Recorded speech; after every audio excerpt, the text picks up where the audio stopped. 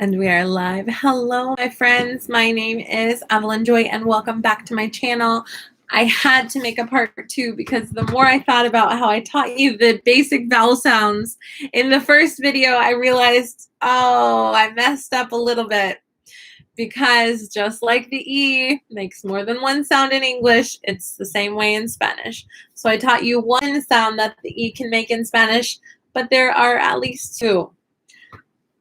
A perfect example of this is the word for elephant in Spanish. Elefante. I taught you that the E in Spanish is called A, and it makes the A sound. But guess what? It also makes the E sound, which is the short E sound. So in other words, E in Spanish can make the short E sound or the long A sound. Both of these are making the short E sound. Let me say it again. Elefante. Elefante. Also, the letter A can make 2 sounds in Spanish as well. So, oh my goodness gracious. Sorry. Manzana. I should probably talk about how the Z makes an S sound, right? Manzana. Manzana. So, makes sort of a manzana. It's sort of I talked about it being a short O. It's manzana. Manzana. It's like a It almost sounds like a sound, like manzana.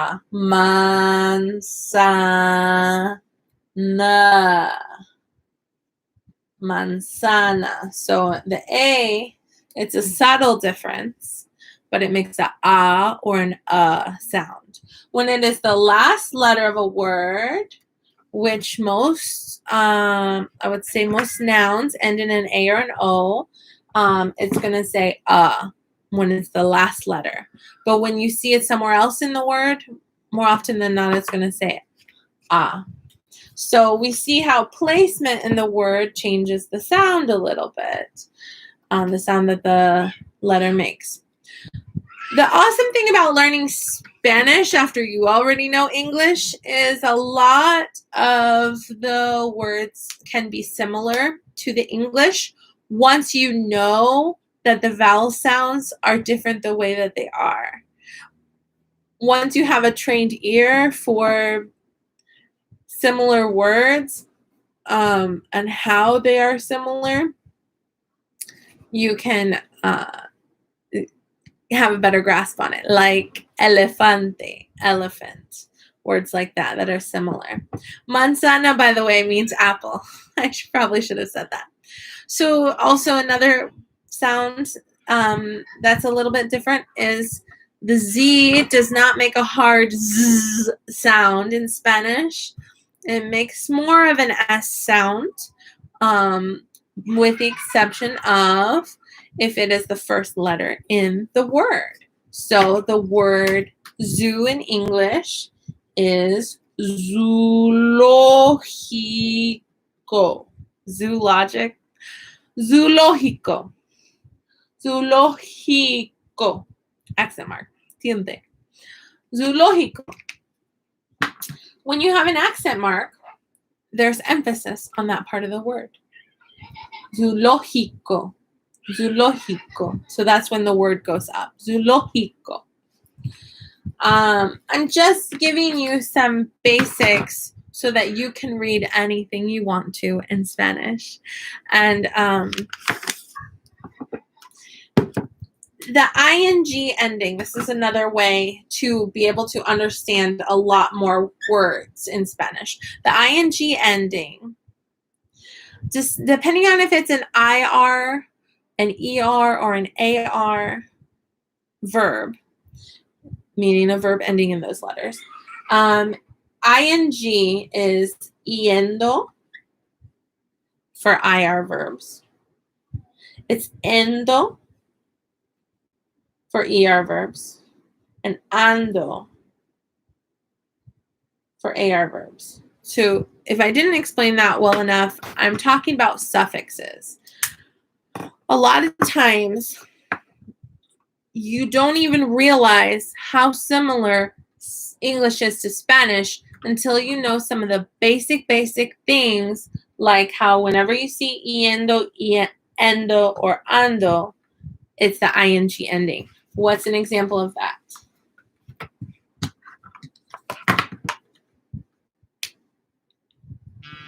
Comer.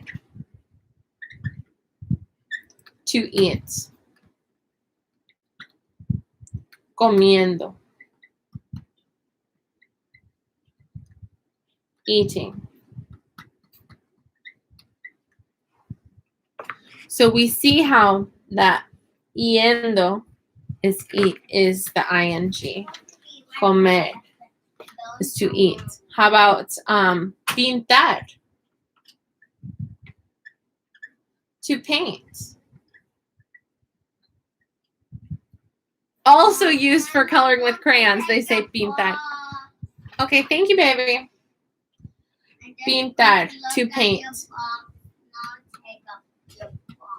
Okay, thank you, baby. Pintando. Painting. So you see how when you know these basic rules, suddenly you're able to understand more Spanish. These words are pretty similar. So when you know that ando means the ing ending, pintando is to paint.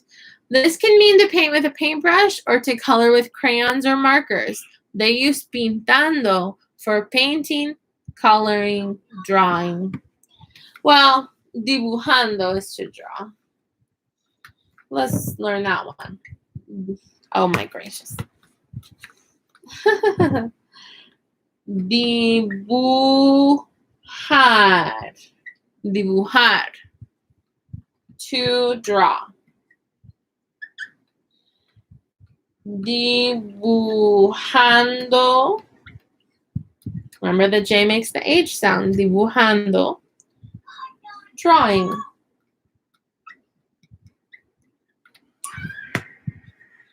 So you see how when you know the rules, it's easier to understand. Let's say comprar. To buy, or ir de compras is to go shopping. Comprar, to buy. Comprando. Buying. Okay.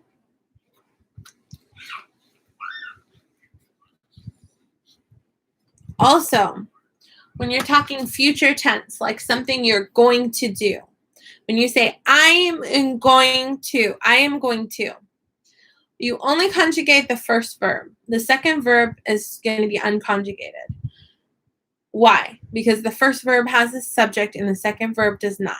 So, voy. I am going. Voy de compras. I'm going to buy. I'm going shopping. Voy de compras. Because this word is conjugated, I understand that it means I am going, or I go of, literally, I go of buying. I'm going shopping. I'm going shopping. I'm going shopping. And just like how in English we pronounce things different in different areas, it's the same with Spanish, and also the usage can be different. The greeting in different countries can be different. You can say, ¿Cómo estás? In Mexico, probably in Ecuador, ¿Cómo estás? Or then that's how are you? That's what you learn in school for how are you. That's the informal greeting in Mexico. and in many countries. But then suddenly, when I went to Uruguay, South America, it's ¿cómo andas? ¿Cómo andas? How's it going? ¿Cómo andas vos? And they're using vos, which I won't even get into that, but it's a different informal you. ¿Cómo andas? But in Ecuador, they would say ¿cómo estás? Or ¿cómo has estado? How have you been? So this is talking about like ¿cómo estás? Is how are you right now? ¿Cómo has estado? It's sort of like how have you been? Like how have you been doing? You know, it's kind of the past and present together, right? ¿Cómo? Again, we're seeing how. ¿Cómo te sientas? ¿Cómo te sientas? Combinado. How do you sit with my rear? Now, ¿cómo te sientas? How do you feel? How do you sit? How do you feel? Does it sit well with you? You know, ¿cómo te sientas? How do you feel? How do you feel? You would ask this to someone that you might be concerned that they might be feeling ill. ¿Cómo te sientas? Maybe they told you yesterday they had a headache. ¿Cómo te sientes hoy? ¿Cómo te sientes hoy? How do you feel today? ¿Cómo te sientes hoy? How do you feel today? So just like how in English, we don't always say, how are you? We just often say it. The same as in Spanish. You keep a regular conversation. You don't always say the same basic lines that you say that you learn in Spanish class. So I was a little bit disappointed when I learned more advanced Spanish and realized that all of the basics that I learned isn't necessarily what people say in conversation. That's just the basics you can use. And so, unfortunately, people don't always say, how are you? If we were robots, we would always say the same thing, and then we could program it to always say the same thing. But when you're a real live person in a living language, you use different phrases. You say, what's up? ¿Cómo andas? You say, how you doing? How have you been? ¿Cómo has estado? ¿Cómo te sientas? How do you feel? ¿Qué tiempo hace? How's the weather? They don't really say that much, at least in my family in Spanish. It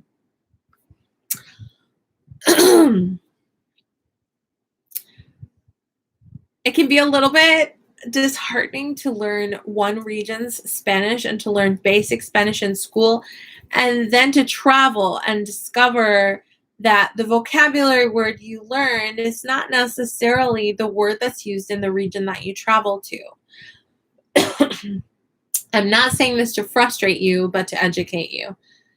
Because there are more places that speak Spanish than English, there are more variations. We see the variations between the difference between New York and Texas, the difference between England and Australia, and it's the same in Spanish-speaking countries. And I've also noticed that probably in every language, but I'll tell you about Spanish and English. In Spanish, in the city, they speak more proper and more clearly and more grammatically correct. The more you get into the country and around less educated folk, more country people, they tend to speak more lazily, cutting off S's and cutting off N's and slurring and jamming words together. And so you'll notice that it's easier to understand people from the city, just the same as in America. my grandpa was from the country, and so he said he lived in Missouri. But I live in a similar area, but I was raised in the city, and so I speak more clearly and less nasally, less lazily, more educated. And that's how it is, I believe, in every language. I believe there are variations of living languages where in the country and around less educated folk, you will hear more of a cutting off parts of words and putting words together and speaking a little bit, just kind of, uneducated talk. So in each country, you'll see some different vocabulary usage. And there's going to be a difference between el campo, the countryside, y la ciudad, the city, right? So in the city, you're going to be able to understand people more. And then you have to train your ear to understand people in the countryside. And also when traveling to third world countries or countries where, people might not have dental insurance, the elderly that have no teeth are harder to understand. In America, they might have dentures, but elderly in other countries may not have teeth. And so it's harder to understand people with no teeth when they're talking as well. I came across that when I was visiting Uruguay, South America, Uruguay, as they say Uruguay in Spanish. I visited Uruguay, and I was having a conversation with an elderly lady, and I didn't understand most of what she was saying. So I was just nodding and saying, sí, yes. And when the missionary I was staying with, when she came back to the table, the elderly lady was like, oh, Evelyn was just telling me how she knows how to cook. And I was like, I didn't know that's what I said. I just said yes. I was answering a question, apparently. But because, she was a little bit less educated, perhaps, and had no teeth, it was harder to understand what she was saying. So that becomes an issue as well when talking to people. Here's a helpful phrase. Más despacio, por favor. I learned this phrase and use it a lot in language school. This means more slowly, please. So when you're asking someone to speak more slowly, please. More slowly, please. Más despacio, por favor. Más despacio, por favor. No entiendo. I don't understand. When someone is talking to you and you want to tell them you're not understanding a lick of what they're saying, you can say, no entiendo. I don't understand. No entiendo. I am not understanding you. I don't understand a lick of what you're saying. No entiendo. I don't understand. No entiendo. Lo siento. I'm sorry. Oh, do you say no comprende? No, I don't.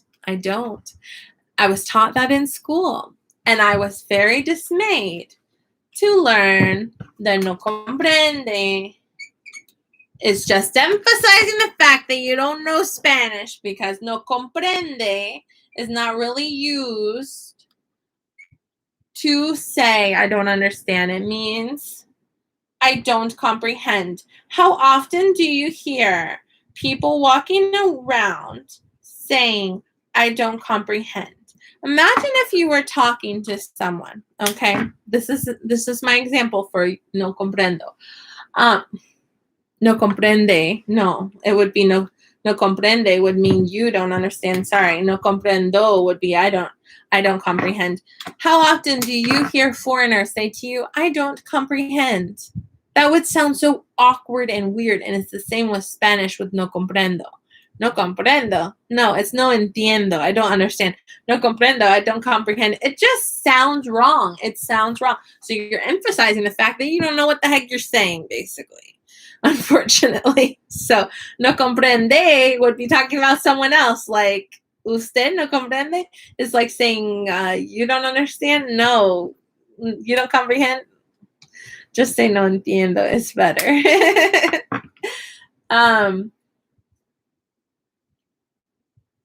I was going to say that when learning Spanish, this word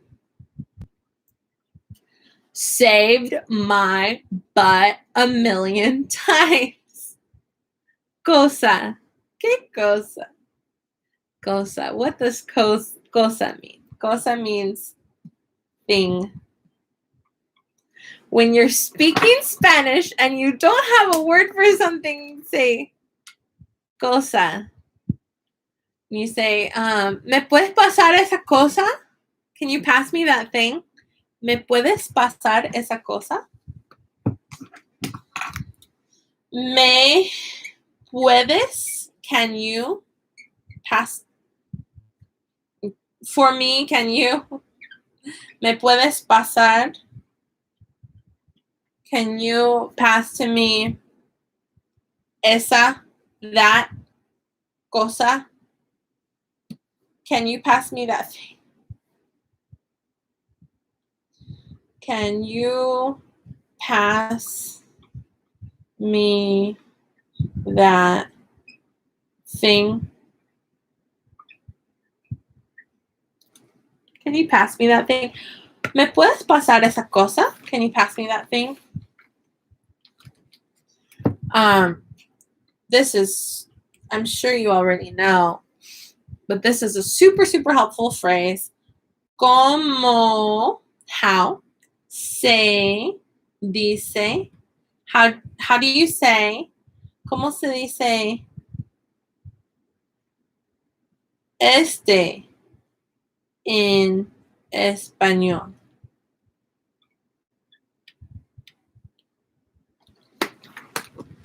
¿Cómo se dice este en español? ¿Cómo se dice este en español? ¿Cómo se dice este en español? ¿Cómo se dice este en español? How do you say this in Spanish? How do you say this in Spanish? How do you say this in Spanish? How do you say this in Spanish? How do you say this in Spanish? ¿Cómo se dice este en español? ¿Cómo se dice este en español? That's how you learn the language, man. You know how babies aren't born knowing the language? You know how they start by saying one word or two? And you know how they point to things? That's basically this. ¿Cómo se dice este en español? ¿Cómo se dice este en español? ¿Cómo se dice este en español? Hamburguesa, gracias. How do you say this in Spanish? That is a phrase that you can use a lot to learn some Spanish. I studied French and I studied abroad. You say, je ne comprende pas. I don't understand. Je ne comprende pas. Yeah. It's neat how the Latin-based languages have things in common. I can written French, I understand more than spoken French. But if I watch a movie in French with subtitles, I can pick and pull and figure out from context what's going on. If it's a movie that I have watched a lot in English, I can then watch it in French or Latin and try to pick and pull and figure out what they're talking about. It's really funny, really interesting to watch a movie you've seen before in English, to watch it in Spanish with Spanish subtitles. And you'll notice that the spoken Spanish and the Spanish subtitles do not line up most of the time, because the person who translated the written Spanish was probably from a different country than the person that translated the spoken Spanish. And so different phrases. Like one person might say no comprende, the other one would say no entiendo.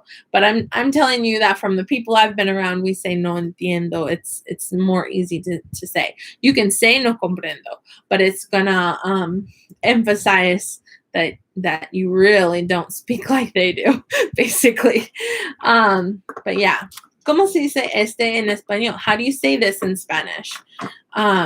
Like if you wanted to know how to say flower and you didn't know, you can, if there was a fruit or something, whatever it is, if it's an object, ¿cómo se dice este en español? Then they can tell you. ¿Cómo se dice este en español? Globo, balloon. ¿Cómo se dice este en español? Ratón, mouse. ¿Cómo se dice este en español? Hamburguesa, hamburger. ¿Cómo se dice este en español? Manzana, apple. ¿Cómo se dice este en español? Marcador, marker. ¿Cómo se dice este en español? Borrador, eraser. ¿Cómo se dice este en español? Espejo, mirror. ¿Cómo se dice este en español? Dinosaurio, dinosaur. ¿Cómo se dice este en español? Gorra, cap. Or sombrero is the bigger hat with the brim around it. That's a sombrero. So if you say that for a cap, then it's kind of showing that you're a foreigner, basically. ¿Cómo se dice este en español? Hombre. ¿Cómo se dice este en español? Mujer. Hombre is man. Mujer is woman. All right. I'm going to get going now because my friend Kelly Tag is live on her channel. Bye, guys. Have a lovely day.